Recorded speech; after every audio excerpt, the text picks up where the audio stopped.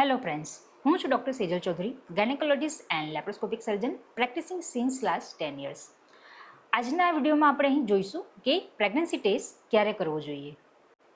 તો યુઝ્યુઅલી તમને તમારું પીરિયડ મિસ થાય એ પછીના 5 થી 7 દિવસ પછી તમારે પ્રેગ્નન્સી ટેસ્ટ કરવો જોઈએ. હવે જો તમારું સાયકલ રેગ્યુલર હોય, 28 થી 30 દિવસનું હોય, તો તમને તમારું પીરિયડ મિસ થાય એ પછીના 2 થી 3 દિવસ પછી પણ તમે પ્રેગ્નન્સી ટેસ્ટ કરશો તો એ પોઝિટિવ આવી શકે છે.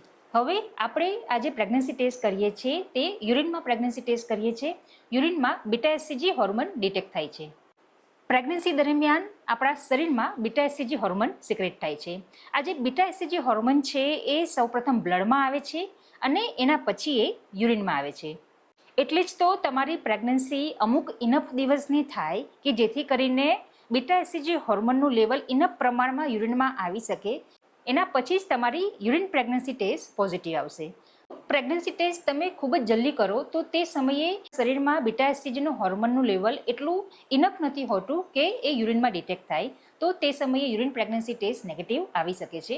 તમે 4 થી 5 દિવસ પછી ફરીથી ટેસ્ટ કરશો તો એ પોઝિટિવ આવશે.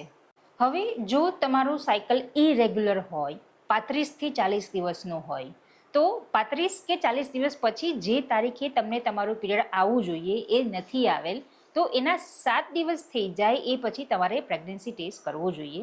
અને નેગેટિવ આવે તો 3 થી 4 દિવસ પછી તમે ફરીથી ટેસ્ટ કરો અને એ પણ જો નેગેટિવ આવે તો એના પછી તમારે ડૉક્ટરને કન્સલ્ટ કરીને તમે પીરિયડ લાવવાની મેડિસિન લઈ શકો છો. હવે જો તમારી પ્રેગ્નન્સી રહે એની કોઈ ટ્રીટમેન્ટ ચાલતી હોય, તમારી ઓવ્યુલેશન ઇન્ડક્શનની મેડિસિન કે પછી આઈયુઆઈ કે પછી આઈવીએફ કરાવેલ હોય, તો તે સમયે તમારા પીરિયડની જે નેક્સ્ટ તારીખ છે તો તેના 2 થી 3 દિવસ પહેલાં જ તમારું બ્લડ સેમ્પલ લેવામાં આવે છે અને બ્લડમાં બીટા એસસીજી હોર્મોનનું લેવલ કેટલું છે તો એ ચેક કરવામાં આવે છે. તો એના પરથી જાણી શકાય છે કે તમને પ્રેગ્નન્સી છે કે નહીં. જો આ સમયે યુરિનમાં પ્રેગ્નન્સી ટેસ્ટ કરવામાં આવે તો એ નેગેટિવ આવશે.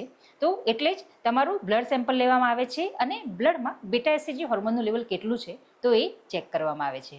હવે કોઈક વાર એવું પણ થાય કે તમારું સાયકલ રેગ્યુલર હોય, 28 થી 30 દિવસનું હોય અને તમે શરૂઆતના 7 દિવસમાં પ્રેગ્નન્સી ટેસ્ટ કરો છો તો એ નેગેટિવ આવે છે.